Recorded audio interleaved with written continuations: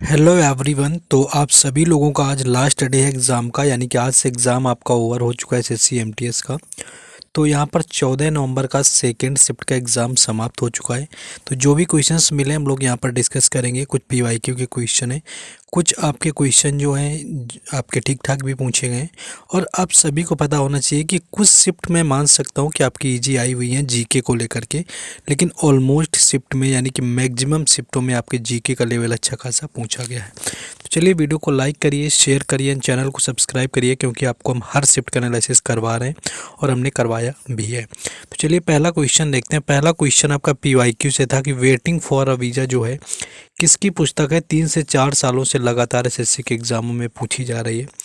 भीमराव अंबेडकर इसका right answer था, यानी कि जो भीमराव अंबेडकर थे इनकी जो बायोपिक है उसका नाम है आपका क्या, वेटिंग फॉर अ वीज़ा। तो भीमराव अंबेडकर इसका राइट आंसर था। इनकी जो बायोपिक है आपकी यहाँ पर वेटिंग फॉर अ वीज़ा के नाम से। नेक्स्ट बढ़ेंगे आगे, उससे पहले आपको बता दूं कि अगर आप लोग मॉक टेस्ट नहीं लगाते हैं तो ये आप लोगों की गलती है, क्योंकि बिना मॉक टेस्ट के आप स्पीड वगैरह को मेंटेन नहीं कर पाएंगे। और मॉक टेस्ट में अगर आप लोगों का जब ऑफ़र चल रहा था, टेक्स्ट बुक का आप लोगों ने नहीं लिया हुआ था, तो ऑफ़र फिर से आपका आ चुका है सपनों की उड़ान के नाम से, जो कि 14 और 15 नवंबर यानी कि आज और कल तक रहने वाला है। जिसमें कि अगर आप मेरा कूपन कोड राज10 यूज करेंगे तो आपको 12% के डिस्काउंट के साथ में मात्र आपको 439 रुपये में पूरे 1 साल के लिए टेक्स्ट बुक का पास प्रो मिल जाएगा। परचेज़ करने का लिंक डिस्क्रिप्शन में दिया हुआ है, उसके साथ साथ मैंने कमेंट बॉक्स में भी पिन कर दिया है। तो जाकर के वहाँ से आप लोग क्या कर सकते हैं, परचेज़ कर सकते हैं। और ये आपका एसएससी स्टेनो आने वाला है, उसके लिए भी इसमें टेस्ट मिलेंगे। जीडी हो गया आने वाला है, और एसएससी सीजीएल का टायर 2 भी आपका है। तो इन सारे टेस्टों की मैं बात करूँ तो इसमें आपको 306 टोटल प्रीवियस ईयर पेपर मिल जाएगा। 3000 से ज़्यादा टेस्ट सिर्फ इन 3 एग्ज़ामों के। किसी भी क्या आपके एग्ज़ाम की प्रिपरेशन करते हैं तो उसके मॉक टेस्ट और प्रीवियस ईयर पेपर आपको इस टेक्स्ट बुक के अंदर मिल जाते हैं। तो जिन लोगों ने परचेज़ नहीं किया है, परचेज़ करना तो जल्दी से जाइए, ऑफ़र ख़त्म होने से पहले आप लोगों को परचेज़ कर लेना है। नेक्स्ट आ जाते हैं अपने क्वेश्चन के ऊपर। नेक्स्ट आपका क्वेश्चन यहाँ पर था कि मोहिनी अट्टम नृत्य में किस भाषा का संगीत प्रयोग किया जाता है। तो देखिए ये आपका जो मलयालम होती है, मलयालम हो गया, मलयालम प्लस जो संस्कृत भाषा का मिक्सचर होता है, ये आपका प्रयोग किया जाता है जाकर के किसमें, आपके मोहिनी अट्टम में। इसके बारे में अगर मैं आपको बताऊं तो इसका जो दोनों का मिक्सचर होता है वो आपका मणि प्रावलम होता है, यानी कि मणि प्रावलम होता है। यही आई थिंक आपको ऑप्शन में भी दिया हुआ था, मणि प्रावाल आपका प्रावलम। तो ये आपको याद रखना है, ये आपका संगीत में आपकी भाषा होती है जिसको प्रयोग किया जाता है। और मोहिनी अट्टम को ही आपका जादूगरनी का नृत्य कहा जाता है, क्योंकि आपका पूछा गया है अभी फर्स्ट शिफ्ट में कि मोहिनी अट्टम का अर्थ क्या होता है। तो ये आपका जादूगरनी का नृत्य होता है। केरल से रिलेटेड आपका शास्त्रीय नृत्य है, और आपको पता होना चाहिए केरल का कथकली भी होता है, यानी कि सिर्फ एक केरल ही ऐसा राज्य है जिसमें 2 शास्त्रीय नृत्य होते हैं, एक तो कथकली और दूसरा आपका मोहिनीअट्टम। तो मणि प्रवलम जो है आपका यहाँ पर रहता है जाकर के इसमें भाषा, जो कि इसके संगीत में प्रयोग करी जाती है, जो कि आपका पूछा जाता है जाकर के इसमें आपके मोहिनीअट्टम में। नेक्स्ट एक क्वेश्चन है कि दीवान ए कोही की शुरुआत किसने करी हुई थी। तो इसका आंसर आपका MBT था, यानी कि मोहम्मद बिन तुगलक। मोहम्मद बिन तुगलक ने दीवाने कोही की शुरुआत करी हुई थी। और एक चीज़ और इनसे बनती है कि इन्होंने ही अपनी जो राजधानी थी वो देवगिरी स्थानांतरित करी हुई थी। तो इन्होंने ये पूछते हैं कि देवगिरी राजधानी कौन ले गया था।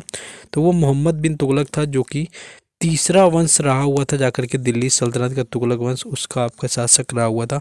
और इसने ज़्यादातर जितने भी काम किए हुए हैं सारे मूर्खतापूर्ण काम किए हुए थे। तो ये भी पूछते हैं कि तुगलक वंश का ऐसा कौन शासक हुआ जिसने सबसे ज़्यादा गलतियाँ करी या मूर्खता वाले काम किए, तो वो आपका मोहम्मद बिन तुगलक यानी कि MBT होता है। नेक्स्ट क्वेश्चन है कि श्रेया भट्टाचार्य जो है किससे संबंधित हैं। तो यहाँ पर आपका वाद्य यंत्र पूछा हुआ था। तो वाद्य यंत्र की बात करें तो श्रेया भट्टाचार्य का जो रिलेशन है वो तबला से है, ये चीज़ भी याद रखना है, तबला से ये रिलेटेड है। बाकी अगर इनका स्टेट आपसे पूछा जाएगा तो ये आपका असम होता है, यानी कि जो असम से आपका रिलेटेड है श्रेया भट्टाचार्य। और इनका जो वाद्य यंत्र है वो आपका क्या है, तबला। ये चीज़ भी आपको याद रखना है। नेक्स्ट क्वेश्चन हम लोग अगला देखेंगे।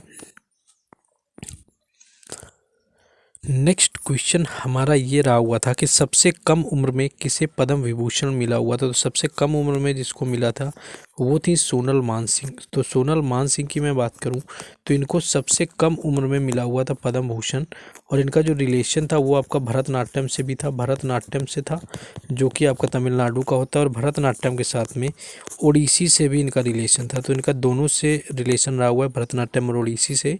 सोनल मानसिंह का, जिनको सबसे कम उम्र में पद्म विभूषण मिला, और मिला किस वर्ष था ये आपसे पूछेगा, तो ये आपका 2003 में मिला हुआ था, और 1992 के अंदर इनको पद्म भूषण मिला हुआ था। दोनों चीज़ें याद रखनी है, और ईयर तो बिल्कुल याद रखना है क्योंकि कई बार एग्जामों में आपके पूछा गया हुआ है।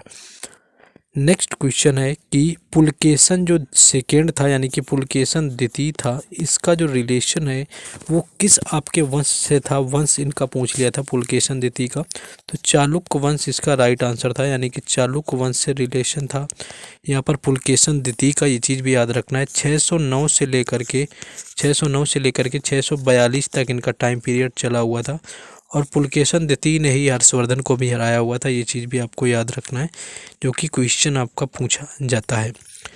नेक्स्ट क्वेश्चन आपका यूटी से था कि सबसे अधिक लिंगानुपात किस यूटी का है, तो ये आपका पांडिचेरी हो जाएगा, जो कि सबसे अधिक आपका यहाँ पर लिंगानुपात के मामले में आता है। वहीं अगर साक्षरता आपसे पूछी जाती है तो साक्षरता का आपका कल के सेकंड शिफ्ट में पूछा गया था कि किस यूटी का साक्षरता सबसे ज़्यादा होता है, तो ये आपका लक्षद्वीप होता है, यानी कि ये आपका कल के सेकंड शिफ्ट में पूछा गया। तो ये क्वेश्चन हो गया। अगला क्वेश्चन देखेंगे। नेक्स्ट था कि एनपीएस सीएसबी जो है किससे संबंधित है या इसने किसकी शुरुआत करी, तो इसने आपका आई गॉट नामक एक जो आपका है ऐप लॉन्च किया हुआ था, आई गॉट ऐप, जो कि मिशन कर्मयोगी आपका लॉन्च किया हुआ था। याद रखना है, मिशन कर्मयोगी ये आपको शुरू किया गया था जाकर के एनपीएस सीबी के द्वारा। और ये किसके लिए है, तो ये सिविल सर्वेंट के लिए। याद रखना है ये किसके लिए है, तो ये सिविल सर्वेंट के लिए है। एग्जैक्ट यही पूछा गया कि ये किसके लिए है। अभी के एग्जामों में ये आई गॉट ऐप हो गया, मिशन कर्मयोगी हो गया, सिविल कर्मचारी, इनसे ही रिलेटेड घुमा फिरा के 4 से 5 बार आपका सीजीएल, सीएचएसएल, एमटीएस सब में इससे क्वेश्चन सीपीओ वगैरह में पूछा जा चुका है। करंट का ही क्वेश्चन है इसलिए इसको पूछ लेते हैं। नेक्स्ट एक क्वेश्चन था कि मैकाल पहाड़ी में आपका क्या पाया जाता है मोस्टली, तो ये आपका बॉक्साइट होता है। बॉक्साइट जो होता है ये आपका मैकाल पहाड़ी में पाया जाता है, जो कि एल्युमिनियम का अयस्क होता है। तो इससे क्वेश्चन आपका पूछा गया है।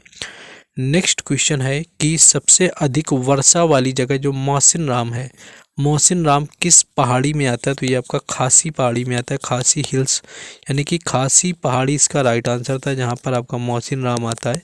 और आपको पता ही होगा कि ये आपके मेघालय राज्य में है, और मेघालय राज्य में आपकी खासी होती है, गारो होती है, जयंतिया या पहाड़ियाँ होती हैं, लेकिन मौसिन राम आपका खासी पहाड़ी पर आता है।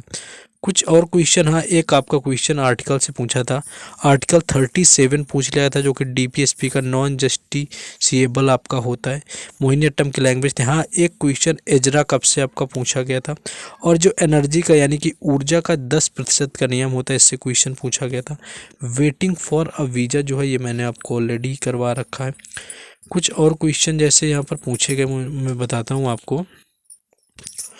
कुछ क्वेश्चन में जैसे कि आपका एक पुलकेशन वाला हो गया, हाईएस्ट हो गया। हाँ ये क्वेश्चन था कि स्पीड यानी कि जो है 5 से 10 मीटर हो जाती है, यानी स्पीड आपसे क्या हो जाती है 5 से 10 मीटर पर सेकंड कितनी देर में हो जाती है, 2 सेकंड में हो जाती है। तो यहाँ पर एक्सीलरेशन आपसे पूछा था, यानी कि आपका ए पूछा था, तो यहाँ पर delta we upon delta T होता है, यानी कि एक्सीलरेशन यानी कि त्वरण का जो फॉर्मूला होता है। तो डेल्टा वी आप 5 ऊपर रख देंगे, 5 से 10 हो रहा है तो इसका डिफरेंस निकालेंगे, नीचे टाइम रख देंगे 2 यानी कि 2 सेकेंड, तो 2.5 इसका राइट आंसर था। तो ये छोटा सा न्यूमेरिकल आपका फिजिक्स का पूछा गया था एक्सीलरेशन से रिलेटेड। तो ये कुछ क्वेश्चन थे। अब बाकी आपका थर्ड शिफ्ट का ही बचा हुआ है यहाँ पर, तो थर्ड शिफ्ट का भी हम लोग करवाएंगे। पूरी कोशिश रहेगी कि लास्ट डे तक, लास्ट शिफ्ट तक मैं करवाऊंगा, लेकिन उससे पहले अगर आप लोगों ने टेक्स्ट बुक का पास प्रो ना लिया हो तो ले लीजिए। परचेज करने का लिंक डिस्क्रिप्शन में है, कॉमेंट बॉक्स में भी पिन है, और मेरा कूपन कोड राज10 आपको हमेशा याद रखना है, जिससे कि आपको कम प्राइस में मिल जाए 12% डिस्काउंट के साथ में। बाकी मिलते हैं थर्ड शिफ्ट में। जय हिंद।